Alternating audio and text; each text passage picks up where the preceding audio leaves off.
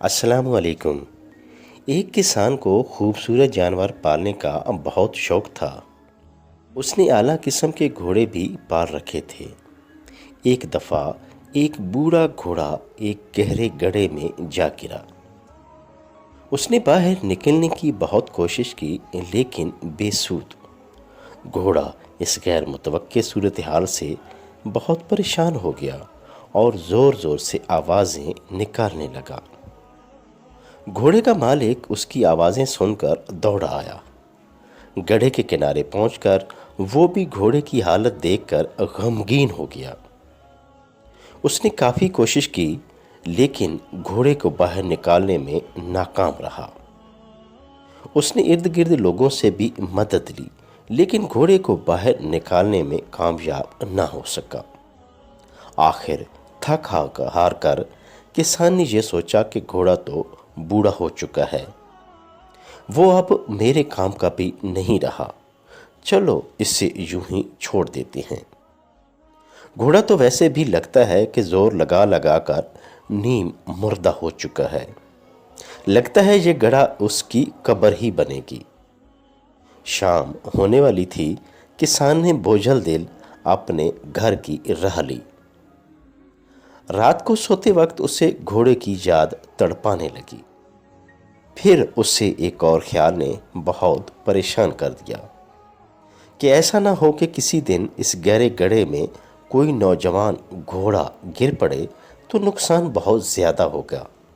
لہٰذا اس نے پکا ارادہ کر لیا کہ اگلے دن وہ اس گڑھے کو بھر دے گا۔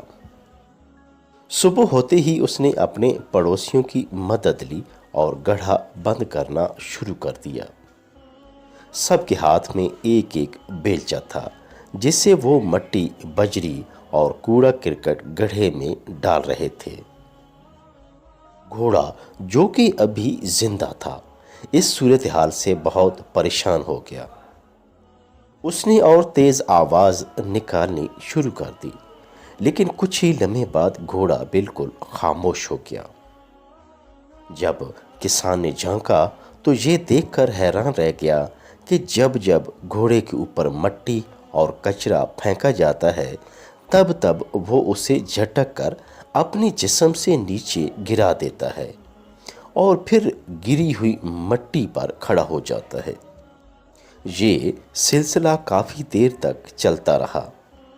کسان اپنے پڑوسیوں کے ساتھ مل کر مٹی اور کچرا پھینکتا رہا اور گھوڑا اسے اپنے بدن سے ہٹا ہٹا کر اوپر آتا گیا اور دیکھتے ہی دیکھتے اوپر تک پہنچ گیا اور آخر کار ہنہناتے ہوئے باہر نکل آیا۔ گھوڑا باہر نکل کر بہت خوش ہوا۔ اس نے تازہ ہوا میں اپنے پورے نتنے کھول کر ایک گہرا اور لمبا سانس لیا، ارد گرد کا خوبصورت ماحول دیکھا اور پھر اپنے ساتھیوں کو دیکھ کر استبل کی طرف دوڑ لگا دی۔ یہ منظر دیکھ کر کسان اور اس کے پڑوسی سکتے میں آ گئے کہ جس گھوڑے کو وہ مردہ سمجھ کر گڑھے میں ہی دبانا چاہتے تھے وہ کتنے آرام سے باہر نکل آیا۔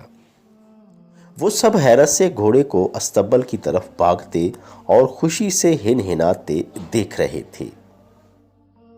اس کہانی سے ہمیں یہ سبق ملتا ہے کہ زندگی میں ہمارے ساتھ بھی ایسے واقعات رونما ہو سکتے ہیں کہ ہمارے اوپر کچرا اچھالا جائے، ہماری کردار کشی کی جائے، ہمارے دامن کو داغدار کیا جائے، ہمیں طعن و تشنیع کا نشانہ بنایا جائے، ہماری دل آزاری کی جائے۔ لیکن گندگی کے اس گڑھے سے بچنے کا طریقہ یہ نہیں کہ ہم ان غلاظتوں کی تہہ میں دفن ہو کر رہ جائیں، بلکہ ہمیں بھی ان بیکار کی چیزوں کا مقابلہ کرتے ہوئے اوپر کی طرف اور آگے کی سمت بڑھتے رہنا چاہیے۔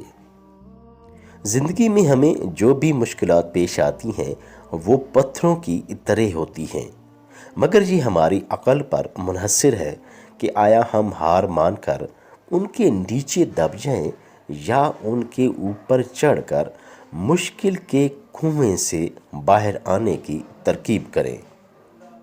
خاک ڈالنے والے ڈالتے رہیں، مگر پرعزم انسان اپنا راستہ کبھی نہیں بدلتا۔